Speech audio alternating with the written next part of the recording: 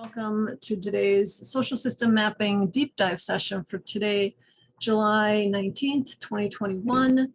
As usual, your hosts are me and Kara. And I think all of you know that we have this monthly cycle of sessions. Today we're doing the Mapper Clinic with Brian Dowling. Our next on-ramp, Drew Mackey, who lives in the UK, will share a map with us. And Tech Talk next week. So we have a whole lot of online resources, as well as I have office hours. Kara will be putting links to all of those things into the chat. And she'll also send a follow-up email to you all within the next 48 hours roughly with all of these links. So if you don't want to grab them all now, because that would be kind of a fussy thing to be doing at the moment, don't worry about it. You'll get them tomorrow. But if you're antsy to grab something now, it's there. So for today's agenda, we're going to do introductions in the chat in a moment. Brian Dowling is we're having a Mapper Clinic, which is an opportunity for anyone in our community who has a map at any stage of development, including only in the visioning stage, such as Brian's at the moment. If you have something you're grappling with and it's not clear to you, because all of this work is complex, and so that would be normal for it to not be clear. You can share you can let me know you'd like to do one of these, and share your challenge and your context, and everyone else will help. We have a process to help you think about it. So today Brian's going to do that. He's our Mapper Clinic, our person for the Mapper Clinic. So first, he's going to briefly present the context that he's trying to map in and the challenge. So this will be a wicked question that he's grappling with. So in terms of the adaptive action cycle, what, so what, now what, that's his what. So he'll present that in a couple minutes. And then we'll spend 15 to 20, oops, that should be a 20, 15 to 20 minutes of us generating questions about Brian's so what. This will be, hang on a second. I lost track of the things that I wrote to remind myself. This will be, sorry. Okay, I'll explain why a little bit more in a second. But so that'll be his so what. And then after we do the question generation, he's going to reflect back on his now what comes to him in that process. And then we can just open it up and have a little more discussion if there's time. Then there's also the optional extra half an hour, which we do every time. So if you're not used to this, we have a sort of a formal design of a session that goes to the top of the hour, and then I'll stick around. And if I'm not sure, Brian, are you going to be able to stick around? Probably. Okay, so we'll, at least Brian and I and Kara will stick around for an extra half hour if you want to talk further. So if you want to jump off, top of the hour is just fine. We'll say goodbye at that point. But if you want to stick around for 5 minutes or for the whole half hour, it doesn't matter. Feel free to do that if you have more questions. So for starters, let's go ahead and introduce ourselves in the chat. A couple questions. First, your name, pronoun, and your location. And then what questions are you bringing here with you today? So I'll do that as well.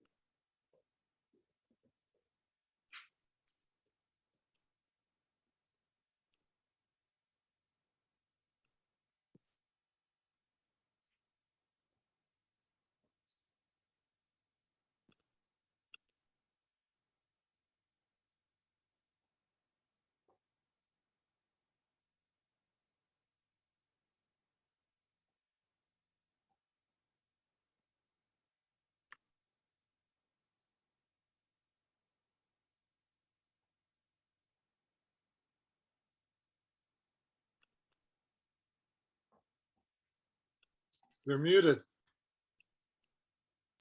Thank you. Sorry about that. Okay. And then one more question, which is, what makes you want to dance?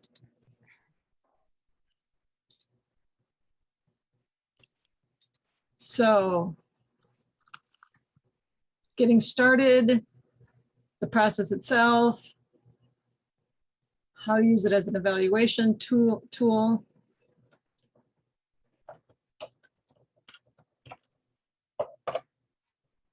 Okay. That's sweet, Brian. Your wife makes you want to dance. Okay. So I'm going to move to the next slide. So here's what I'm just to recap, to sort of ground us in why we are doing this step with Brian or with any mapper is so, and a lot of the sense making that we're doing, for those of you who haven't been introduced to this yet, is informed by the Human Systems Dynamics Institute, which was founded by Glenda Ouyang, and it's a system of practice, theory and practice for understanding and working in complexity. And I have been interested in complexity and in systems thinking and self-organizing systems for about 20 years, and I've paid attention to most of the major schools of thought. And I find Glenda's approach and her models and methods the most accessible out there. So her whole family, her whole family are educators. Her parents are educators. She has 3 sisters who are educators, and they just have a habit of figuring out how to take this really complex stuff and making it accessible. So I just find Hsd theory really useful and accessible, and have gone through the training program. So that's where this is coming from. Often when I'm talking about sense making or things that are not just building the maps, that's being informed by Hsd. And so the Hsd theory of change is that there are a complex adaptive system is made up of, there are 3 general conditions that inform the evolution of a complex adaptive system, whether it becomes an actual system, interconnected system, and what kind of system and how it changes. So those 3 fundamental conditions are a container, something that holds enough persons, in this case, we're talking about human systems, enough people together long enough to generate patterns. And then, so something that holds them together, that coheres them. So in Glenda's, we call that the container. Then another thing that is required for complex adaptive systems is differences. There has to be enough difference in order to create change. If everything is the same, there's no tension in the system, and there will be there's nothing to sort of create something new to happen. And then, so container, differences within the container, we're not talking about the differences outside of the container. If it's that would be a different system. And then exchanges. So you could have a whole lot of different things, but if they're not exchanging anything, you're not going to generate patterns. And if you're not generating patterns, you're not generating a system. Okay, so those are that we call that, as a refresher, we call that the Cde model. So this is right here is a complex adaptive system, but as it's held together, it starts to generate repetitions. It starts to generate patterns. These patterns start to generate actual belief systems or rules and structures that hold the system in place. So we start with all these things that are free, but eventually, and free to do whatever, to change and do whatever they want. But as they stay in exchange and in connection with one another, they start to create these patterns, and then the patterns start to create the dynamics of the system. So this is how we get systems that nobody would have planned, but that are destructive. and that we don't know how to change because there's these patterns that just sort of hold the status quo in place. So that's our understanding of a complex adaptive system. And so if we want to change the system, in any complex situation, we have this process called what, so what, now what. The what is we look at what's going on, we look at what there is on the ground, we look at the data, we look at if there's a social system app, we look at the map, we look at what is the problem that we're looking at, what are the things we're trying to change. So we pick a what, and then we do what we call a so what process. And so what is, we use any number of what Glenda calls the mid-level abstractions.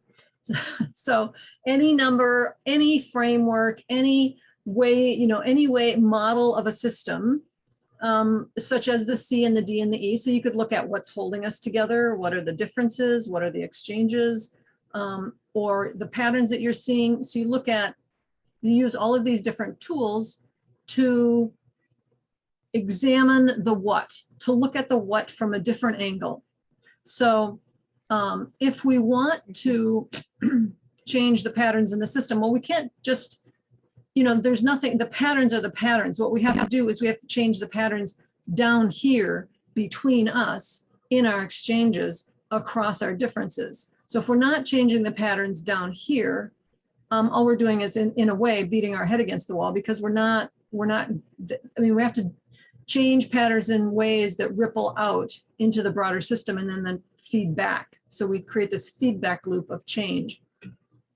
We can't do that very well if we always just react from, like, let's say I'm this big orange oval and my way of dealing with a problem is XYZ, and every time I see that problem I do XYZ.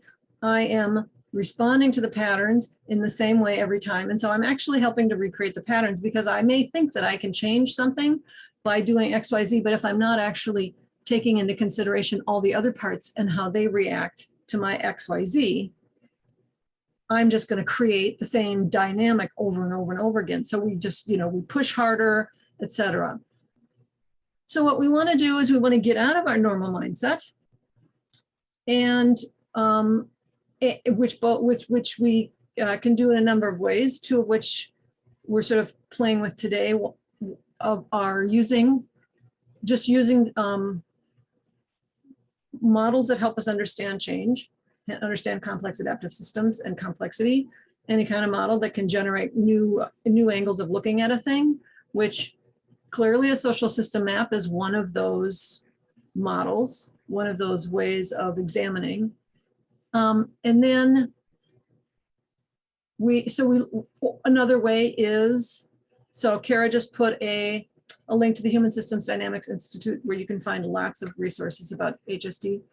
And then another way to do this is to have people generate questions for us. So look at it from other perspectives.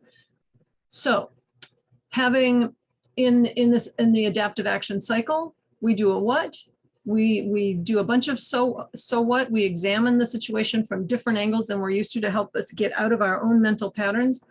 And then we pick one small thing that we have control over, that we can do in the near term to do, and we do it. And then we see, did that change the system in any way? What are we looking at? Now what's the situation? Is it rippling, or did it make things worse? Because we can't, in a complex adaptive system, we don't necessarily know. So we do this cycle sort of all the, over and over and over and over. And we just do small, quick experiments that we can get quick feedback on over and over until we find the things that are actually shifting the patterns the way we would like them to shift. Okay, and then so we have this system, we have the patterns, we look at the patterns, we get out of our own heads, we look at them from different angles, we pick a now what, and then we feed that now what back into the system, and we see what changed. So that's basically what we're trying to help Brian do today. So let me just see if there's any. Okay, And so what we're going to do now is me adapting. There's a practice that HSD has been doing since the beginning of COVID, which I just find a really powerful practice, and any of you can participate in it. You don't have to be a practitioner to do it. Kara just put a link to the registration link for inquiry is the answer. And this is a thing that Glenda started doing at the beginning of COVID because a lot of her community works in healthcare, and they were just all sort of going into meltdown mode because the world was falling apart for healthcare practitioners, and it was chaotic and they didn't know what to do. And so Glenda just started a daily practice of basically what we're, a version of what we're going to do here. One person from the community, anybody's invited. It's a half an hour, 10 o'clock Central every morning, every weekday morning, and it's still going on, so you can do this. And one person would present a problem, a wicked issue, and the rest of the people present would just spit out questions for 20 minutes. We're not responding to the questions, not discussing the questions, just looking from a different angle, spitting out questions. And then at the end of that, the person who had the wicked question, they just take in the questions, and then at the end of that, they say what has occurred to them, what one small next thing that they can do. So I've adapted it a little tiny bit, and that's what we're going to do. Brian, I'm going to hand it over to Brian in just a minute. He's going to give us 5 minutes, up to 5 minutes of background for his context, for the map that he's thinking about. Doesn't exist yet, but he's, and I'm going to stop sharing. So Brian is, this is a map in a context that he's wanting to make. And so he's going to give us the context. And then he's going to give us how he's framing his wicked question. And welcome, Joe, and welcome, Jim. I just went through Hsd Theory of Change and Cde Model, and summary of the power of inquiry that Glenda does. So, and you both are all familiar with that. So I don't know how you timed yourselves so perfectly. But anyway, so Brian's going to give us his context. Then he's going to say his wicked issue. And then what we're going to do is I'm going to ask you to look at his wicked issue from as many different angles as you can think of. And if that's informed by HSD, that's great. I'll give you a couple HSD prompts. So we'll just spend as long as up to 20 minutes just typing questions into the chat. And so I want you to type the questions in the chat, and then I'll just ask us one at a time to go through them and read them out loud. Brian has asked, and he knows this, but not to answer any of these questions. These are not questions for him to answer right now. These are questions to drop into his brain and let his brain cogitate with. And then as we're reading them, that might trigger more questions for you. So just keep putting questions in the chat until we run out or until we hit 20 minutes. And then Brian will respond, and then we'll open up the conversation. Okay, so any just clarifying questions about the process before we hand it over to Brian? Hey, Joe. Everybody's good? Okay. Brian, take it away. Okay, thank you very much. All right, I am working with a group in California who is seeking to implement Kate Rayworth donut economics. Now, I think most people here probably know who Kate Rayworth is and about donut economics. They've never heard, oh my goodness. Wow, that's okay. All right, there is an Oxford economist who has come up with the concept she calls donut economics. And what she has done is she has two circles. One inner circle is social foundations, which she says we cannot go below. There are about 20 social foundations that include things like hunger, education, gender equity, peace and security, energy, a number of things that everybody on the planet needs in order to survive. And she says we can't go below that. The outer circle is 9 ecological ceilings, which we can't go above. And she uses the Stockholm Resiliency Center and the things like climate change, land loss, biodiversity loss, water loss, other things like that. And we're trying to apply these different categories to, thank you very much. I just pulled up an image. So these are the two circles. Right, exactly. So we're talking about the inner circle and the outer circle, and we're trying to create one specifically for the state of California. The state of California has like 39 million people in 58 counties, about 482 cities, and it is a complex thing, okay? I have the premise that donut economics is a complex adaptive system, and that when you make changes in one part, you make changes in the other part, all right? And that we need to work with a variety of different communities and different beliefs in order to develop, okay? So my, in a nutshell question, which we came up with this morning, was how do you connect across one's own network horizon to network horizons of those seen as other, perhaps in opposition to one's views, and find common ground? And the specific example I'm thinking about is the differences between urban communities and rural communities. Rural communities have their own complexity, and there isn't a lot of connection between rural communities and urban communities, but they're extremely dependent upon each other. It's almost what I would consider to be entangled complexity. How do you go outside of your own network or get other people to go outside of their network and connect the people outside and try to find common ground? That's the basic idea of what I'm trying to come across with.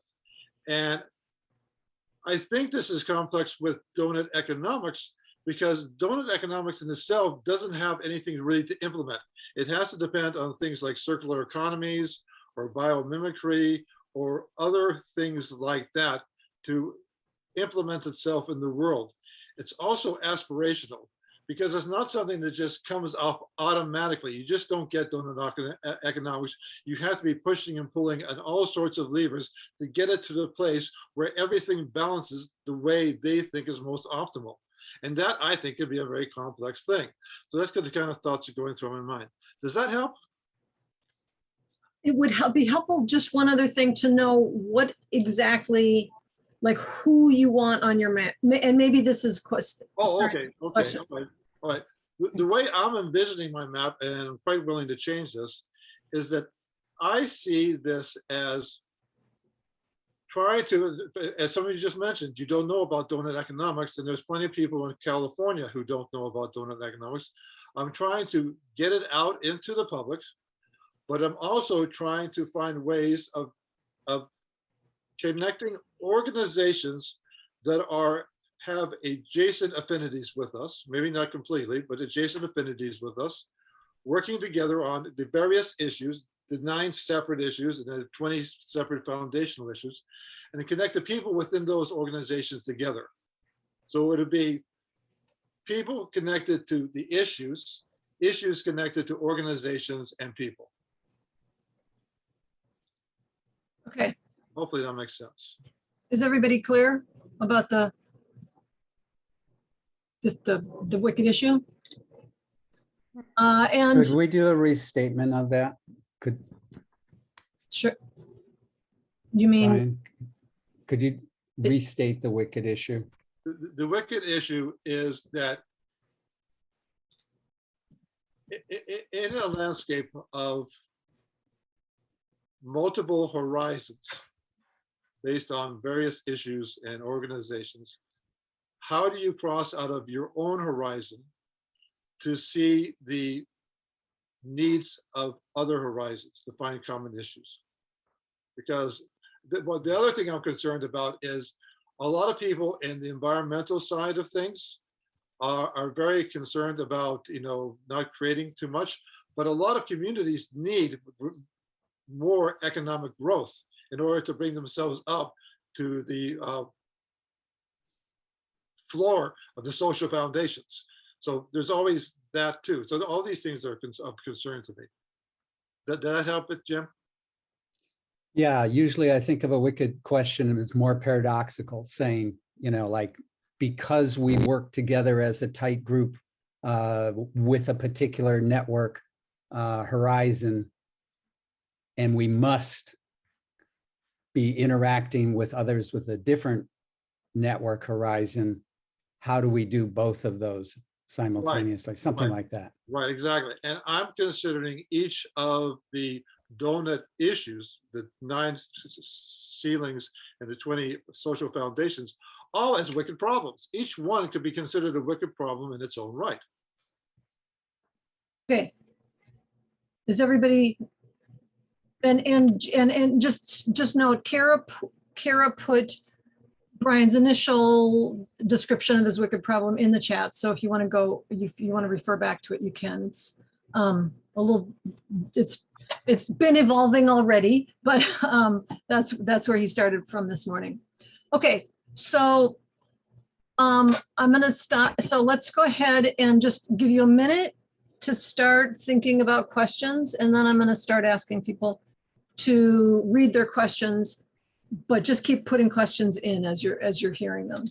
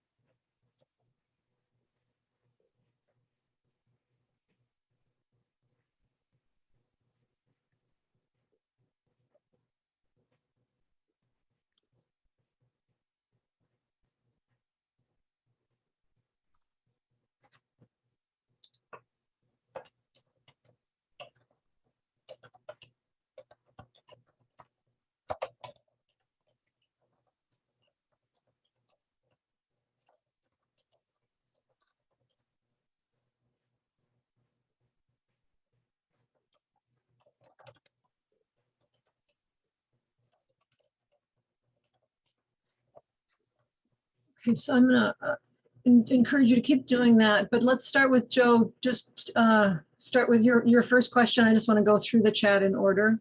So if you could, the first one you put in. First two you put in. The first one I put in was more around the reframe, how I was listening. How might we cross over horizons to see connections? Basically zooming out. That's how I was listening.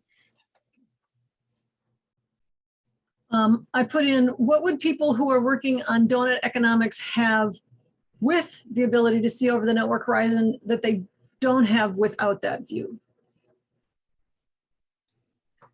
Joe, next. What means or access do you have to know your own horizons? What assumptions are at play? Kara, muted, unmute. Is it possible there's a network traveler who is already doing this that you are unaware of? Can you join them to cross the network together? Joe. What parameters define connections? Mary, Would creating a small container with people from other network horizons be possible? Jim, Might everyone name the wicked questions that come up for them as they consider the other perspectives? what does strategic towards their goals mean for the network members themselves? How can the network help with that? And how can looking beyond the network horizon help with that? Melissa, Where else are these different perspectives meeting and who is facilitating this? Mary, Who are you working with? where are things at with the network right now? Who's playing? How well are they connected? It's like Mary's question and Melissa's. Kara, What is the opposition you think exists? Why? Joe, What necessary conditions exist for cross-network connections? Melissa, Is a mapping project the first step? Jim, How might someone empathize with another perspective to really get it? Mary, Have you been crossing the threshold from your network horizon to other network horizons? And what have you learned from that experience? Joe, Who are your actors and what are their roles?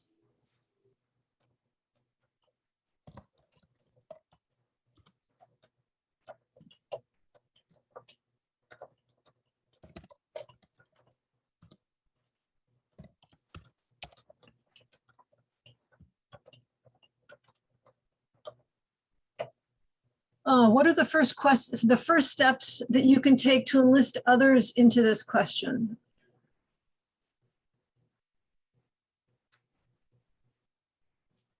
Joe, If there was a children's story, which one it would be based on this situation, and who would you be? And it can also be a Marvel story, and who or what is the villain? and Jim, What relationship types and connections with who would allow people to understand the perspective of other?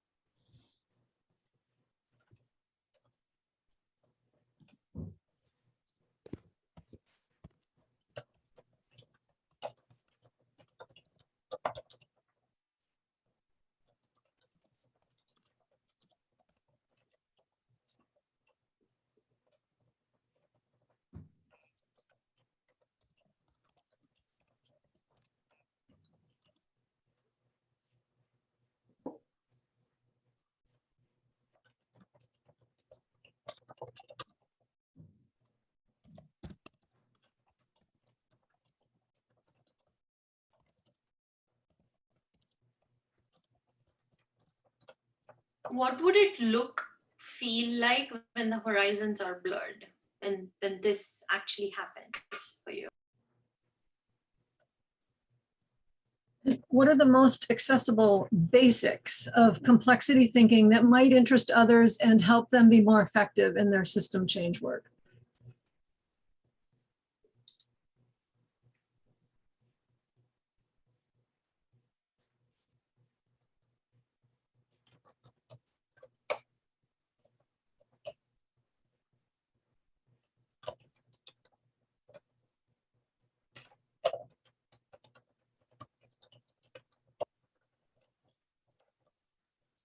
How would you describe the problem in ways that engage different perspectives?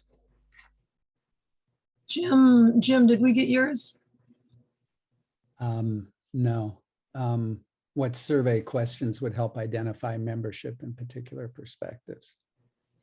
And Mary, Have you attended or participated in meetings with people or groups with other perspectives?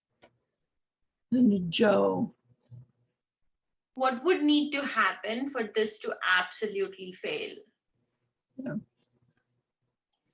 Mm. And my extension to that is, how would it look or feel like? What would be some of the symptoms you would see? What makes the donut economics people want to dance?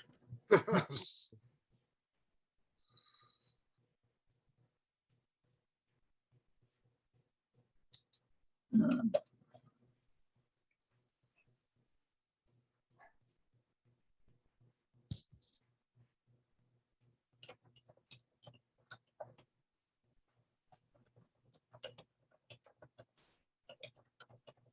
Jim, What micro activities for common cause can you create to engage people across perspectives?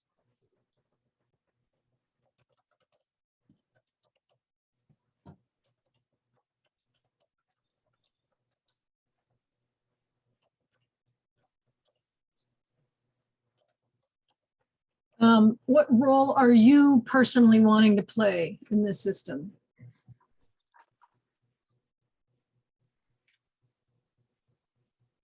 Let's go 2 more minutes and then we'll wrap this up. I'm gonna follow up on what Christine said. Who are your playmates?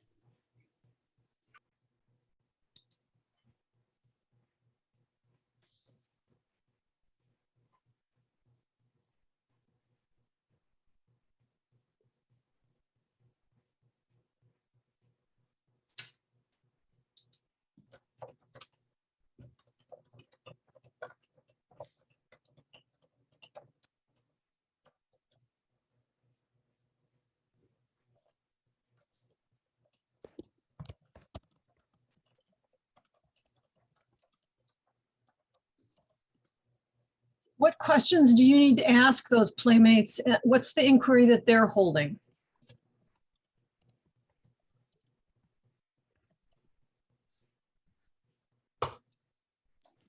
Learning from ecosystems around, which one would help be inspirational or metaphorical to help in communicating these grandiose ideas? Which ecosystem that we could learn from?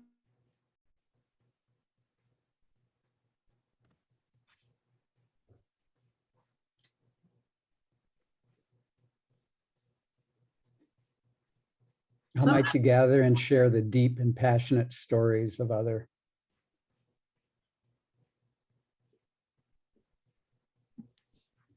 What song would you play to gather movement?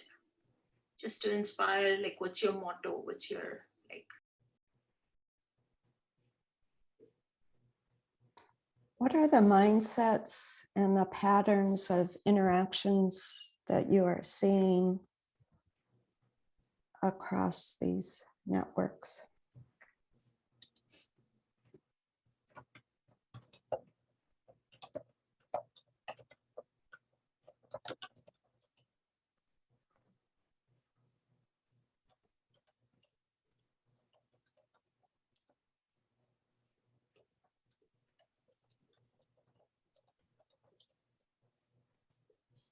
How would you tweet your ask or call for action? Tweet being you're only given 250 characters.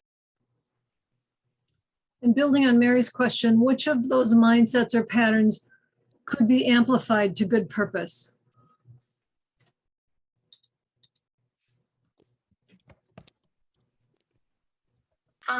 Building on Christine's, which ones you would avoid?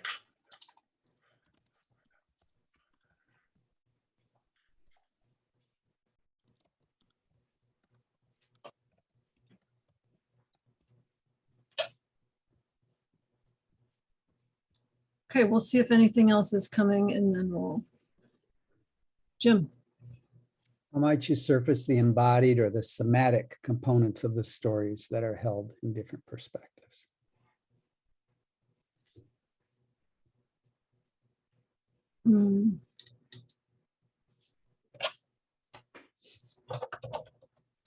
What are you willing to give up?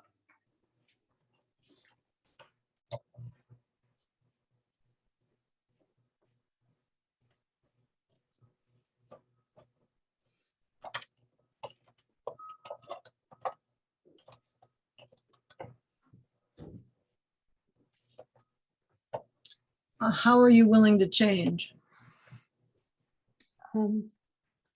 What role does funding play in moving forward? Is this a challenge related to mindsets and your ability to move forward with other networks?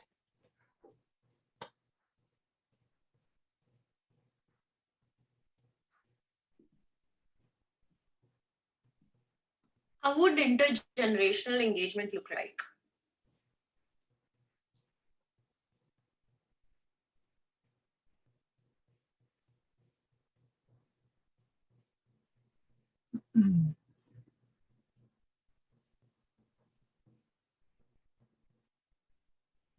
Are we ready to be done?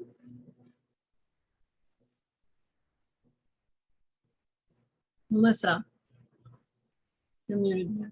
Yeah, just how to establish limits to growth as a discourse embedded within equity. Yeah. Okay, we'll wrap that piece up, but feel free to, if things come to you as we're just sort of having an open-ended discussion with Brian, feel free to keep putting questions in the chat. Brian can take those and contemplate that now he'll have a sort of a rich library of questions to go back to. So feel free to keep doing that and keep generating them. I didn't anticipate everyone would be able, that we would actually be. So I thought we wouldn't get very far with this. I mean, I didn't expect, I mean, I proceeded as though we would, obviously, but I was afraid we might not. And so I'm just thrilled that you guys are all such good questioners and obviously so practiced in questioning. So it's very helpful. Joe, do you want to say your last one? And then we'll stop saying them out loud. What are the weeds that need to be plugged for the space to grow? I also wanted to say, you know, Brian, I've been in your shoes before many number of times. The overwhelm that comes with questions, right? Like that's a given. There will be many questions, knowing that there will be only one answer in this moment. Is the savior, basically. Yeah. So thank you for participating. Yeah. Or giving that. Yeah.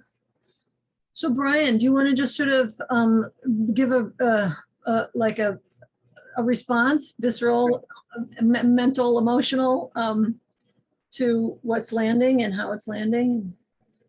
Okay, first off, fantastic. Thank you so much. This was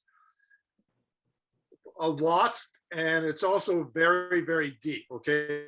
There's some questions here.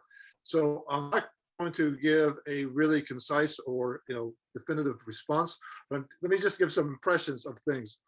And what Melissa said at the very end about social equity, and I mean, that's what donut economics and what Cde Rayworth is asking from the start, okay? So that's an extremely important question. For us in California, okay, another thing that Joy asked about was what happens if it fails, okay? And I'm not saying it's particularly my effort or our effort fails, this happens, but if we don't make what donut economics is trying to do, what fails is that we keep with the growth at unlimited growth at any cost paradigm we've had for the last 50 years, okay? Until such time as we reach either an economic or ecological catastrophe, all right? So that's why we're finding it important. As far as implementation, a lot of questions were about implementation, at least I got the sense they were. I'm working with a group that started off with about 90 people who came together and said, we all want to create a California economic donut. The reality, though, is that only a small portion of those people are really willing to do something with it. And those are the people I'm working with right now, who are all internal to the coalition. and there are lawyers and people who are good with websites and people who are good with ecology and different, everybody has their own different talents. Mine happens to be systems. We are reaching out to other groups like the Wellbeing Alliance in California and different California departments in state government. And so we do have those connections. But those are all very weak connections and just sort of like, I know somebody who knows somebody who's over there type of thing, all right? So it's not really formalized yet. It's not really, formalized not even the right word. It's not strong enough that I would consider it to be viable yet as a network. I mean, it's more like relationships, but it's not really a network as far as I'm concerned. I'm also very concerned that the group I'm working with doesn't really understand systems thinking or the effect that what they're doing is going to have, because there's an assumption that if once we create the donut, we just walk away and we don't have to worry about it.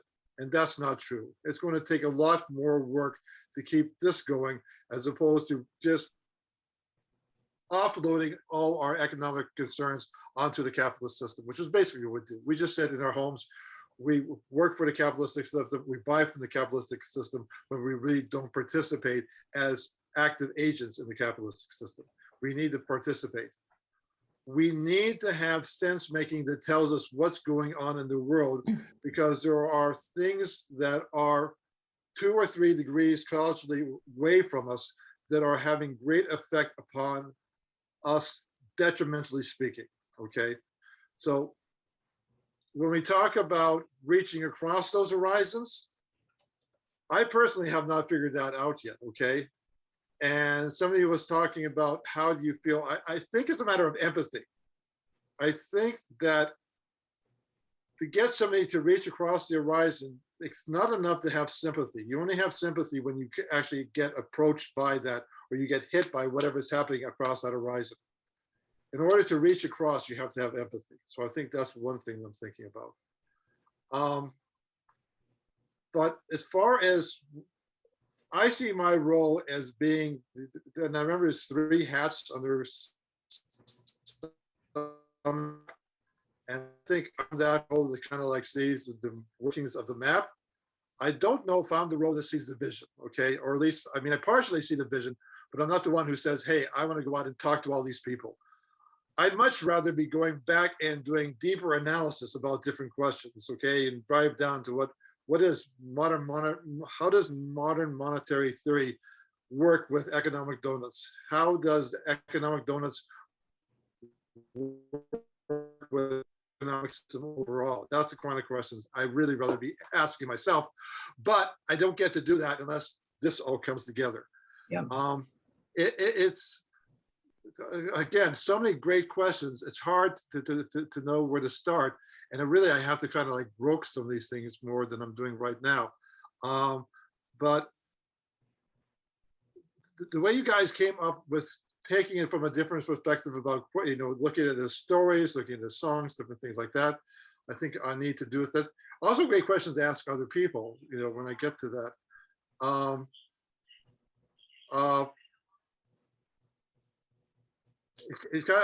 kind of like rambling now because I've got so many threads coming in and so many threads going out type of thing. But that's kind of where I'm at now. The truth is that this may not work. I mean, I'll be honest with you. I think there are so many projects that people come up with, so many things people come up with, which we come up with an idea, but it's very hard to turn those into actual, in the world, real things that change the world, okay? And so this may, okay, go ahead, Christine.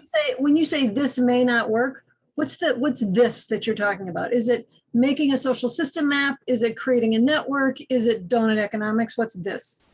Yes, all of that. Okay, I mean, I mean, for me, making a social systems map, because that may not work because I may not get anybody convinced to be part of the map. the California donut economics may not work because the people just won't get enough energy or synergy going around to get themselves established in California. But I'm sorry, even donut economics, even though it may be successful in a few cities across the globe, will not change the capitalist system enough to make it move over. And I think it needs to make some changes internally before it can do that. I mean, I think it needs to be combined with modern monetary theory, and I think it needs to be combined with political movements. It can't be just like we got a donut and everybody loves a donut and things are going to change. That's my view. So one of the things I'm thinking about is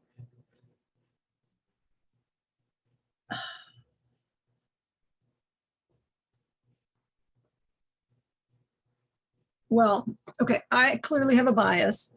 I clearly think that all of these things that you say may not change, such as our whole economic system, I don't think they will change unless we have strong change transformational networks to shift the patterns. Agree. So I think the change is predicated on strong movements and strong networks.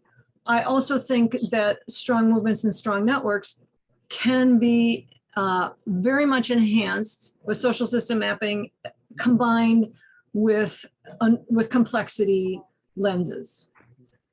And I have sensed that you agree with that. So then that makes the question simply, rather than how do we change the whole economic system, where do we start with this one thing, the piece of the puzzle that you think is most relevant?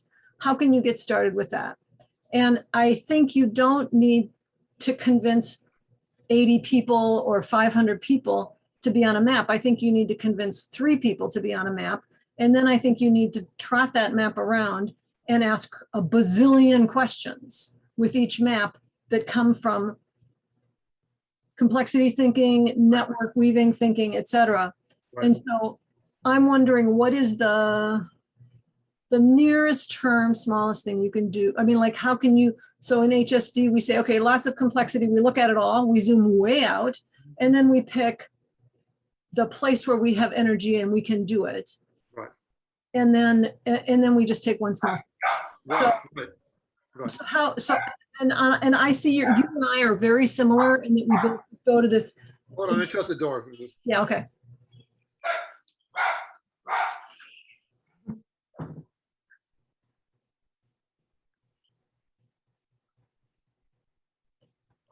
So I've noticed that your thinking and my thinking are very similar, and that we both like zoom out to the biggest, most cosmic level. Right.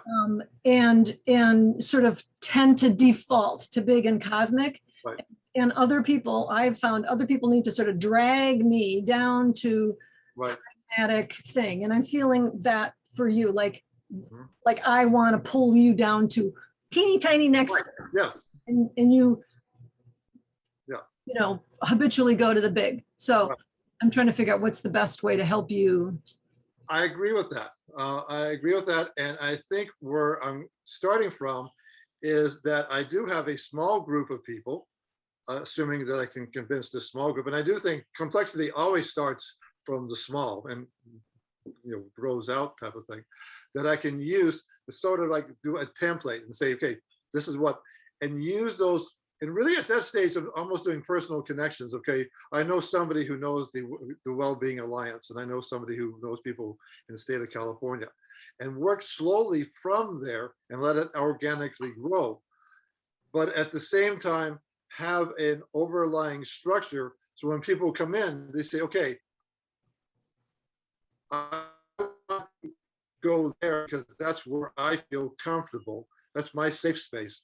And then I can go to, and rather than having somebody cross an horizon that they don't know anything about right away. I mean, I want to try to keep people feeling safe. But yeah, I think you're right about that. Yeah. So part of it is I'm thinking, rather than framing, which is what I do, so it's my own thing, telling myself this, but rather than framing a social system map as this huge cosmic shift, I mean, I think ultimately that's what ultimate framing, but maybe for starters in your context, framing it as a little simple directory, like just get at what do people need, you know, like what would help you, Right, then build that into at this personal level. right. Yeah, I think that's true. I mean, I think I want to have the bigger map at the back of my head, but it's not something I think I should present to people because it would just be overwhelming. It's like, And it doesn't mean anything. Yeah. I just need to make it smaller type of thing. Yeah. Get people, but So let's pause and just see if other people have thoughts that they want to throw in. I think mindsets are really important. I've heard so many people excited about donut economics, and from being in the children and nature movement and people just wildly excited about Last Child in the Woods and a movement starting. But then what happens is that people work from an old model. yes, It comes down to that. It's the wild excitement and this sort of radical picture. And then what do we do? And it's going back to the old model. So just from having that experience working on mindsets in terms of that shift with a small group seems important, rather than sitting around a board table and saying, what should we do, sort of thing, because that always, or in my experience, that led to disaster or old thinking. yeah, okay, yes, very much so. I like that a lot. One of the mindsets I'm trying to slowly implement within the group is get away from the mindset that you're providing solutions to one that you are participating in inquiry.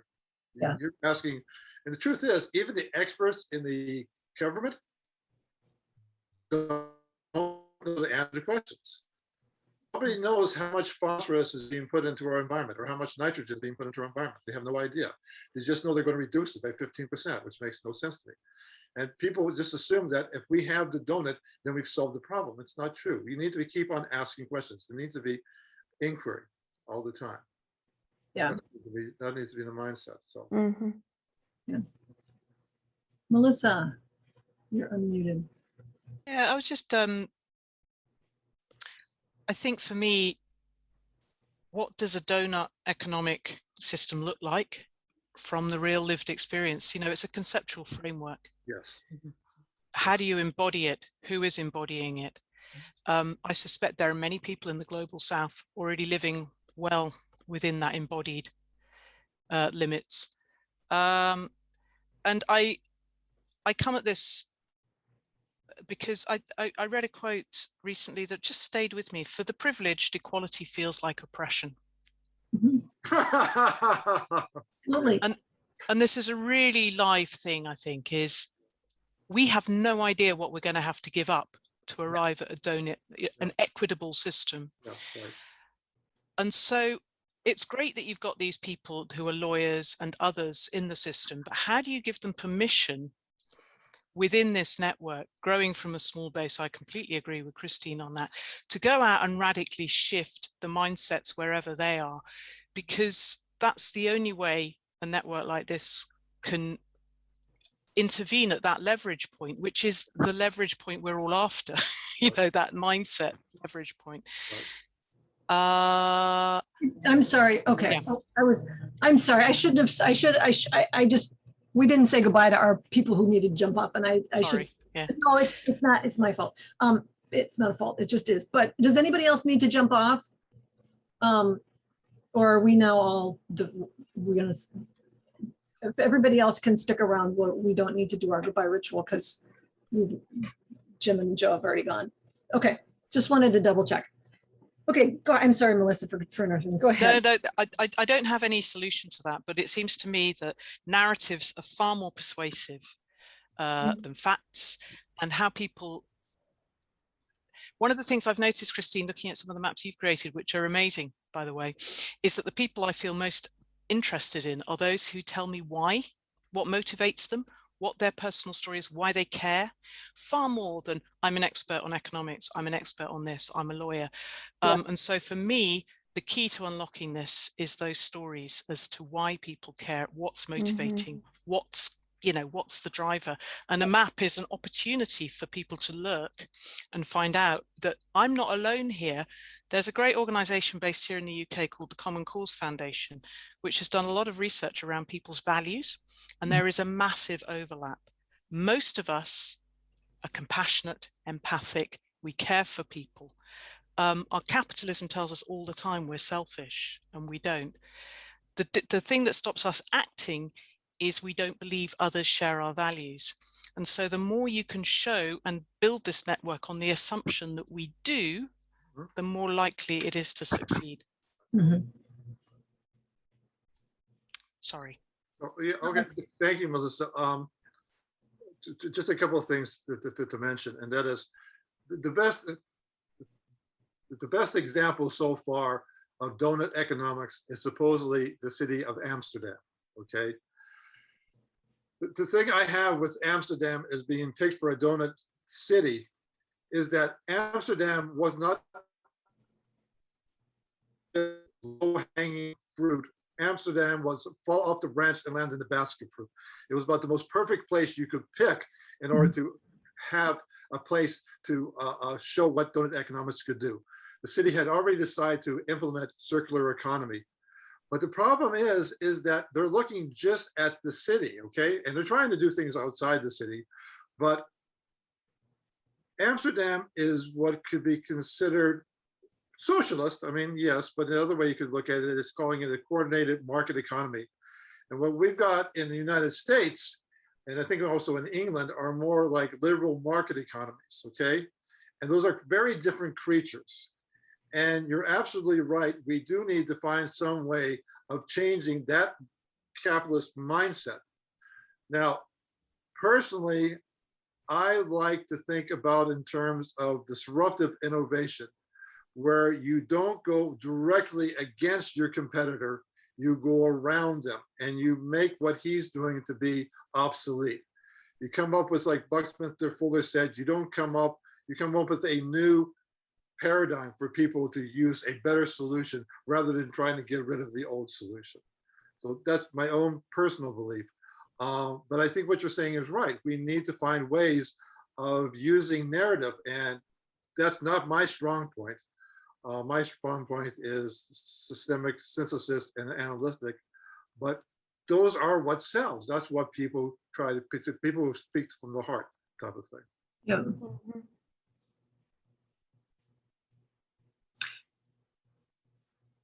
Yeah, you might want to read George Lakoff on that, on linguistics, because it's interesting. You used the word competitive. My mind immediately went to transactional stuff. Yeah. And so don't think of an elephant is a classic work. The moment you say don't think of an elephant, what do you think of? Yeah. Yeah. Melissa, something you said, this has been so this isn't about mapping, but when you said people, I can't remember who it was you defined, but some of us feel like equity feels like oppression, right? Which I totally, yes, that has to be the case, because what works for us now can't work for the whole world, and we all intuitively understand that. And so we know that what works for me has to change, which is threatening and scary. And you started to say something, and I went in my mind to, so how can we, so part of the challenge to me is not only how can we get those of us for whom it pretty much works, like how can we safely process the fear that we have? Because like I own a house. I come from a lot of poverty and, housing projects and violence and all that stuff. And, but I own a house and I've owned it and I've clung to it tooth and nail for over 20 years. And I am so grateful that I have, I've gone bankrupt, had all kinds of financial challenges, and through it all, I've said, no, not selling the damn house. And I'm totally now grateful that we did that because it's our only piece of economic stability. And so I know that equity could mean that I have to live in a different way, that my ownership of my house could be on the table in some kinds of scenario. And I want to be okay with that. I want to say, yes, we use every inch of the space. It's not a huge house, it's a small house, but there are other ways we could live where we could take up less space. We could live in co-housing, et cetera. And I want to say, yes, I embrace that, but I have this fear because in America, if you don't own a house, you're 2 steps away from being homeless, in my mind, at least, if not in reality. And so, like, if people start saying equity, I'm noticing as I get deeper and deeper and deeper into my own practices, I'm noticing that place where, oh, but that makes me anxious. And because I don't see anybody caring about what happens to me if I lose my house. Like, I don't see the solution for me if I lose my house. So then it just is this bullshit abstract thing, and the whole survival of the fittest thing just comes in. And I think that on a deeply unconscious level, that's what most settler white people, middle-class people have to deal with. And I can't see now that it's clear to me, like for many years, I just felt like an outsider and I was attacking the paradigm, but as I go further and further into myself and realize, oh no, it's in me. Oh no, yes, I have it. Oh no, yes, I'm gonna, cling with tooth and nail to what I have as a survival thing. I realize, oh, we're not going to change anything unless I can start talking about that. Like if we can't talk about it, if we can't process our fear to the point where we can actually begin to let go of it. So how do we do that as well? This to me is way beyond social system mapping. This to me is like the depths of the problem. But like we all have trauma, period. And so our trauma gets triggered. If somebody wants to take away our one little piece of safety, if you take away my security blanket, I'm going to punch you in the nose. And that's just a given with me. I understand that. I watch it happen, so that to me is like part of the weaving of the network is how do we actually help each other feel safe? Not like you're not going to make me feel safe from the threat of losing my house, because that is a big piece. But how do I even, I felt safe right here to say this, which I've never said out loud. So this very piece to even begin to process this, how do we even begin to process it? And we're also I'm so appalled at all the rich people who can't share. I'm just appalled. So I can't look at them with any kind of compassion and say, oh, you're just clinging to your security blanket, same as me, but I need to. And how do I get there? That seems to me like, oh, that's too big. That's way above my pay grade. But it needs to happen, I think. So we've had quite a few things going on. I'm not familiar with the US, so forgive me, but some amazing citizens' assemblies coming together. Yes. Where people do discuss these things. Mm-hmm. And I think you're right, there's a lot of grieving that's going to need to go on. The change we're experiencing now is based on 1990 levels of carbon emissions. There's a lag, we've got this enormous lag. And, West Germany, we're experiencing impact for the first time in rich countries. And so we're beginning to see, I think, the impact of not changing. But I think that the citizens' assemblies have been really revelatory in as much as when people come together and they express their fears and they talk about these things, they come up with quite radical solutions.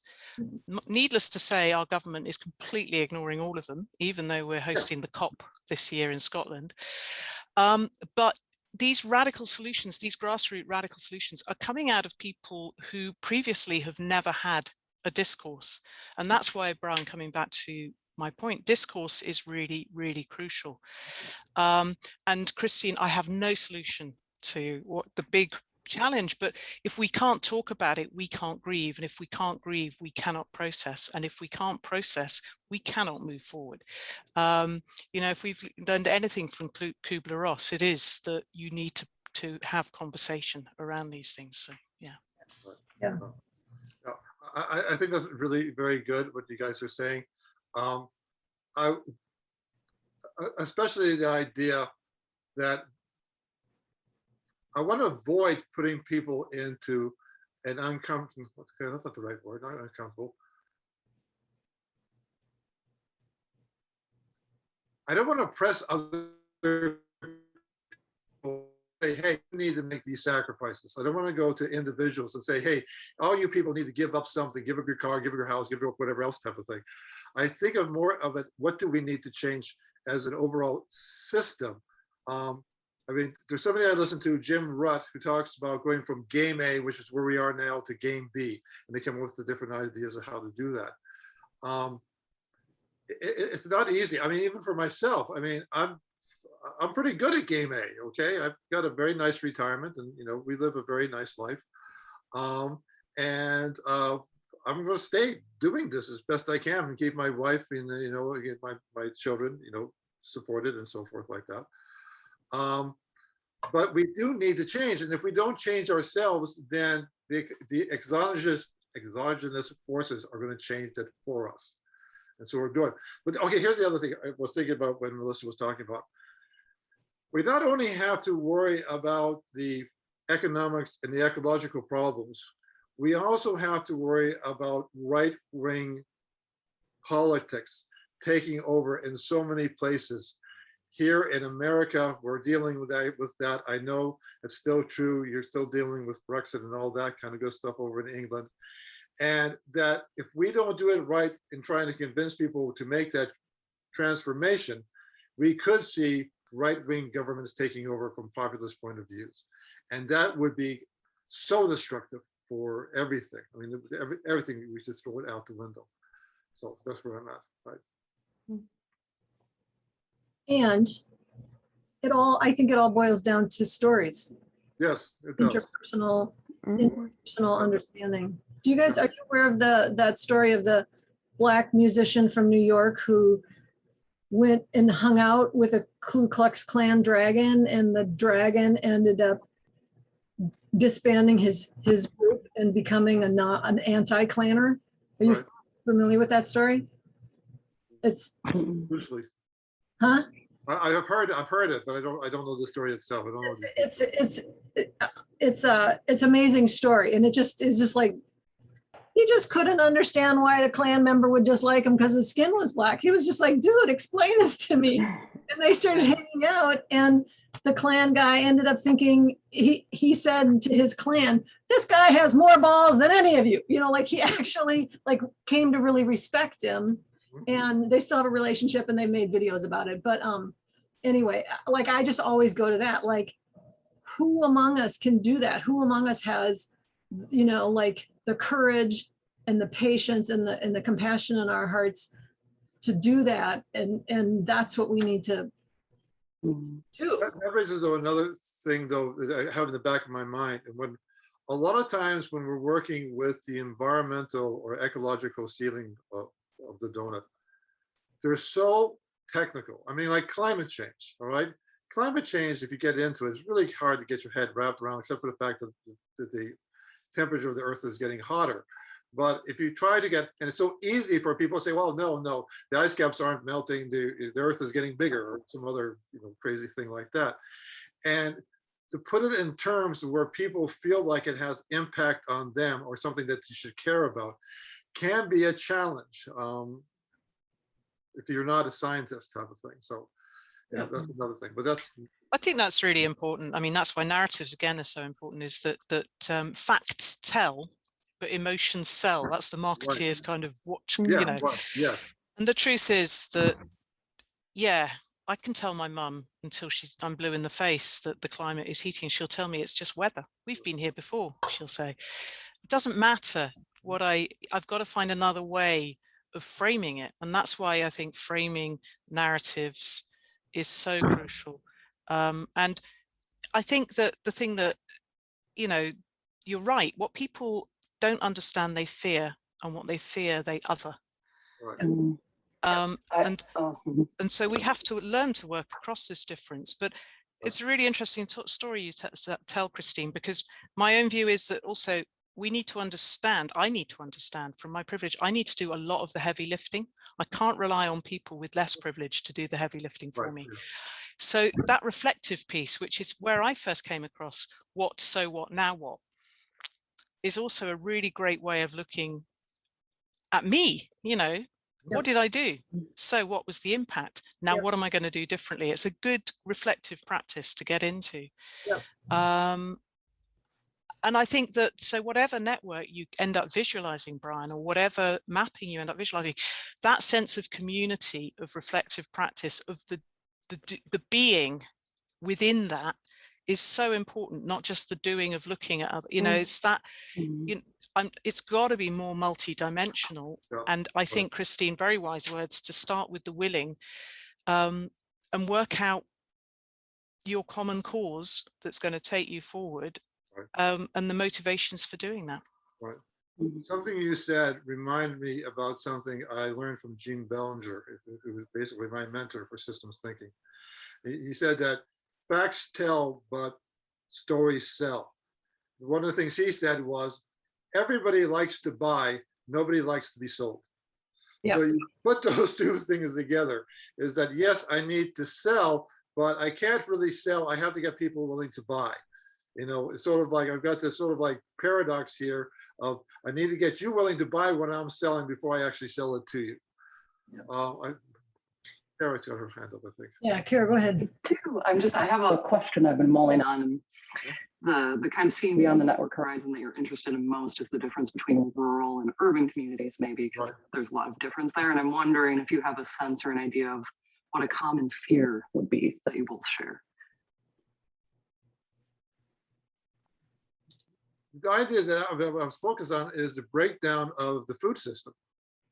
Our food system is not secure, okay? I think that's one of the ones.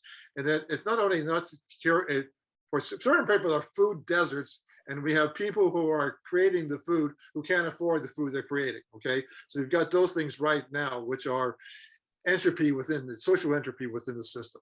But you also have the whole system itself possibly breaking down, and people looking for solutions like urban farming, which is supplementary, but is not going to replace the rural community food system.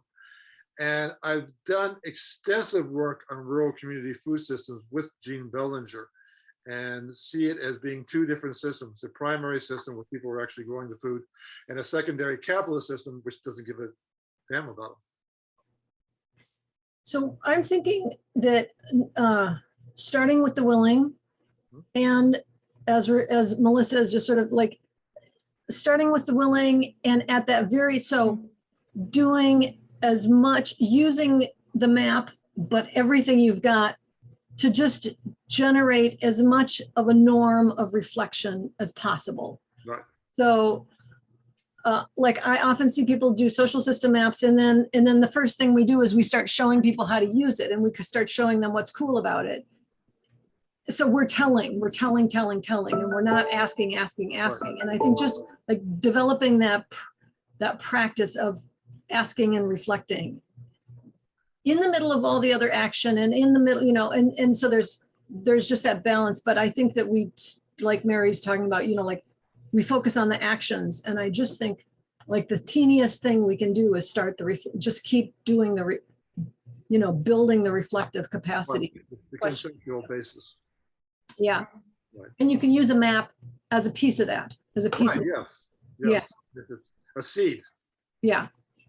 I think actually maybe Melissa mentioned just reading people's narratives on the map, right, and encouraging them to talk about what they feel most passionate about.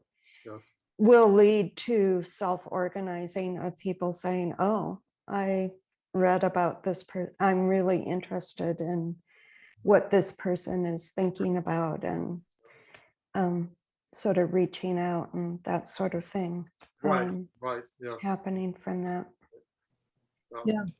And I would add to that the stories of the individuals, and just a gut feeling I've always had is the stories of the relationships are what help us appreciate and value, because we don't really see other people's relationships. We can't, generally perceive, how much I love Mary sitting here. And if I don't have some way of revealing that, we actually don't see the actual, like the real patterns, in the network, if we can't have a sense of the relationships that are going on. So I like to, and I don't get away with this very often, but like, for instance, in our social system app, we have questions about the relationships, like tell us a story about your relationship, what do you do together, or how something, which can become a little burdensome, but it's actually also,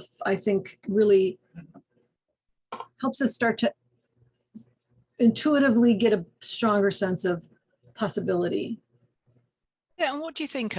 I was looking at an organization called Creating the Future, which is based in the US, which looks at catalytic thinking. Right. Yeah. Yeah, and rather than stating the problem, how can this nascent community that you've got, Brian, come up with visioning the future? Mm-hmm. Because Cara, talking to your point around fear, I think actually sometimes a bigger motivator is what can we do together, rather than, oh my God, what the hell are we going to do about this? Right. So I just wonder, Brian, if you can between them vision, what does the future look like? And talking of the kind of urban rural split in Wales, just west of me here, they're looking at that, and they are bringing farmers together with urbanites to really explore that. And what they're finding is that everyone's concerned about the food system.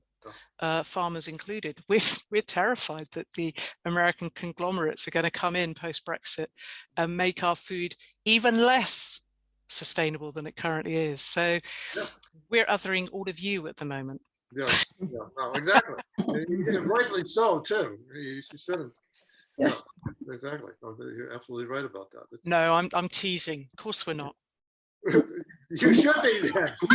If you're not, you should be. If it's not going to be less sustainable, it's going to be less nutritious. Yeah, but I mean, it's a live. So you can bring people, and coming back to citizens' assemblies, they have used a demographic. So they've done it demographically to be representative of a demography, and therefore you do get massively varied opinions. But coming back to what Christine was saying about the safety to be able to articulate the opinion without being smashed for doing it, I think is the challenge around discourse, because we have such a binary discourse. You're either with me or you're against me, which is why personal stories are so good at overcoming that, I think.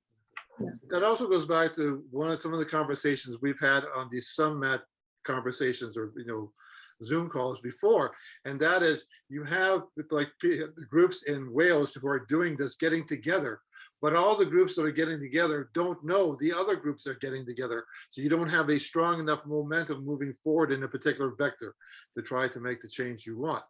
And the truth is, maybe that vector should be on a global basis as much as possible. But usually, I used to blog about the Millennium Development Goals. That's what was going on before the Sustainable Development Goals. And those just kind of like fell off, okay? And before they fell off and everybody said, well, you got to come up with something new, there were millions of people getting out and talking about how they have supported the Millennium Development Goals. It was all fluff. It was just pictures of, hundreds of school children holding up signs. There was nothing there that was really making the change. We got to avoid that. This is great. This is helping you?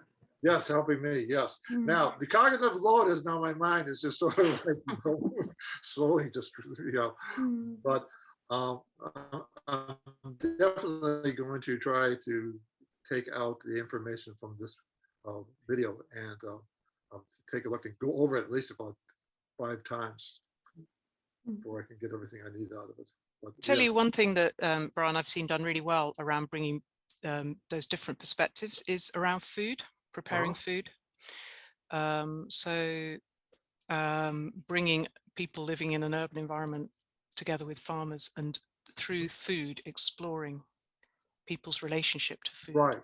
Yes. It's a great way to you know, do that. So Yeah, that probably could be preparing a meal together. Yeah, right.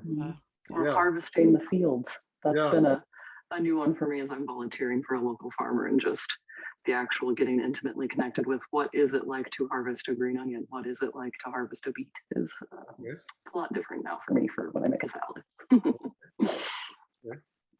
That's interesting. Oh.